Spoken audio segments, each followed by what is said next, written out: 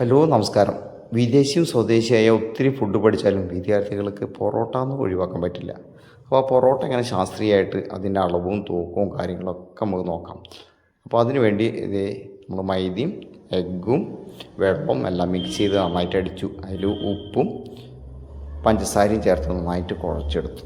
അപ്പോൾ ഡോ കുഴയ്ക്കാനൊക്കെ അവർക്ക് വലിയ താല്പര്യം. കാരണം എത്ര തന്നെ ഫുഡ് നമ്മൾ കഴിച്ചാലും ഇവർക്ക് പൊറോട്ടയോടുള്ള ആ താല്പര്യം, പ്രത്യേകിച്ച് മലയാളീസിന്. നമ്മൾ ചെറിയ പീസായിട്ട് 100 ഗ്രാമുള്ള പീസുകളായിട്ട് നമ്മൾ തരംതിരിച്ചു, പിന്നെ പരത്തി നന്നായിട്ട് അടിച്ചു. അപ്പോൾ അടിക്കുന്ന ഓരോ കാര്യങ്ങളും ഇവരെ പഠിപ്പിക്കേണ്ട പ്രത്യേകം എടുത്ത് പറയേണ്ടതില്ലല്ലോ.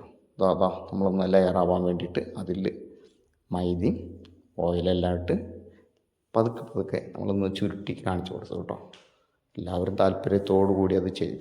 അവർക്ക് എസ്പാഗനലും ഹോളണ്ടൈസ് സോസും ബ്യൂരട്ടയും മാത്രം പോരാ, ഇതെല്ലാം കൂടി അല്ലെ അവർക്കൊരു തൃപ്തി കിട്ടുള്ളൂ. അപ്പോൾ ഇതെല്ലാം ഔട്ട് ഓഫ് സിലബസ് ആയാലും വിദ്യാർത്ഥികളുടെ താല്പര്യം, സിലബസിൽ നിന്ന് വ്യത്യസ്തമായിട്ടുള്ള കാര്യങ്ങളൊക്കെ നമ്മൾ പഠിപ്പിക്കുകയായിരുന്നു. അപ്പോൾ നല്ല പൊറോട്ടയ്ക്ക് വേണ്ടി നമ്മൾ അതിൻ്റെ എല്ലാ ലക്ഷണങ്ങളും ഒത്ത പൊറോട്ട തന്നെ എടുക്കാനായിട്ട് ഓരോരുത്തരും സൈസ് കട്ട് ചെയ്യുന്നതും കുഴക്കലും ഫെർമൻ്റായിട്ട് നമ്മൾ ചുറ്റലും എല്ലാം നമ്മൾ അത് പഠിപ്പിച്ചു കേട്ടോ. വിദ്യാർത്ഥികളെല്ലാം വളരെ മറ്റുള്ള ഐറ്റത്തിനെല്ലാം തന്നെ ഡിഷിനേൽ നിന്ന് എല്ലാം തന്നെ വ്യത്യസ്തമായിട്ട് അവരത് ഓരോരുത്തരും പഠിച്ചെടുത്തു. എങ്ങനെ തന്നെ വീശുന്നുള്ള സമർത്ഥമായിട്ട് അവർ ചെയ്തു. കൈകൊണ്ടും റോളിംഗ് പിന്നുകൊണ്ടും അവരത് ചുറ്റി പഠിച്ചു. ചൂടുള്ള പ്രതലത്തിൽ നല്ല ഗോൾഡൻ കളറിൽ അവർ ചുട്ടെടുത്തു കേട്ടോ. ഓരോരുത്തർ ചുട്ടെടുക്കുമ്പോൾ ഓരോരുത്തരത് ചൂട്ടോടുകൂടി ഇങ്ങനെ അടിച്ചെടുത്തു കേട്ടോ. അടിപൊളി പൊറോട്ട റെഡിയായി. അതിന് കൂടെ കൊടുക്കാൻ ബീഫും ചിക്കൻ കറിയും എല്ലാം അല്ല, നോർത്ത് ഇന്ത്യൻ ചിക്കൻ തോപ്യാസ് അല്ലെ മുറുക് തോപ്യാസാണ് എടുത്തത്. വളരെ രസകരമാണെന്നാണ് എല്ലാവരുടെയും അഭിപ്രായം. അതിനകത്ത് നമ്മൾ ഉള്ളിയും ഇഞ്ചിയും വെളുത്തുള്ളിയും എല്ലാം നല്ല ബ്രൗണായിട്ട് എടുത്ത് മസാല ഒഴിച്ച് ചെറിയ പീസുകൾ പോർഷൻ കണക്കിന് അവരെ കട്ട് ചെയ്ത് പഠിപ്പിച്ചു.